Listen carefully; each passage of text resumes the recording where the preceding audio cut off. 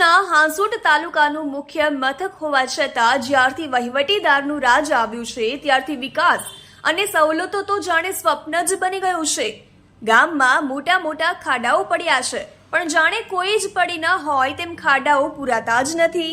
આ અંગે voice of હાંસોટના તંત્રી Ashok રાવલે ફોન કરીને ખાડાઓ ક્યારે પુરાવાના છે તો તેમ પૂછતા તલાટી બ્રિજેશ પટેલે જણાવ્યું હતું કે વરસાદ બંધ રહે પછી કંઈક વિચારીએ, કારણ કે હાલ ખાડાઓ પૂરવાનો કોઈ જ મતલબ નથી। આનો મતલબ એ કે ખાડાઓ હવે દિવાળી પછી જ પૂરાશે। જ્યારે હાંસોટમાં આવેલ પારડી રોડની નવી નગરીમાં તો જાણે તે વિસ્તાર હાંસોટમાં આવતો જ નથી, તેમ તે વિસ્તારમાં કોઈ જ સુવિધા નથી આપવાની। હદ તો ત્યારે થઈ છે કે હાંસોટમાં બ્લોક મંજૂર થયા પણ હજી સુધી નાખવામાં નથી આવ્યા। આ વિસ્તારના મંજૂર થયેલા બ્લોક અન્ય વિસ્તારોમાં લગાડવામાં આવ્યા છે, ત્યારે તેના પર સવાલો પણ ઊભા થયા છે। આ બાબતે તાલુકા વિકાસ અધિકારી પણ તપાસ કરે જેથી સત્ય બહાર આવે। તહેલકા ન્યૂઝ સાથે અવ્વી સૈયદ, હાંસોટ।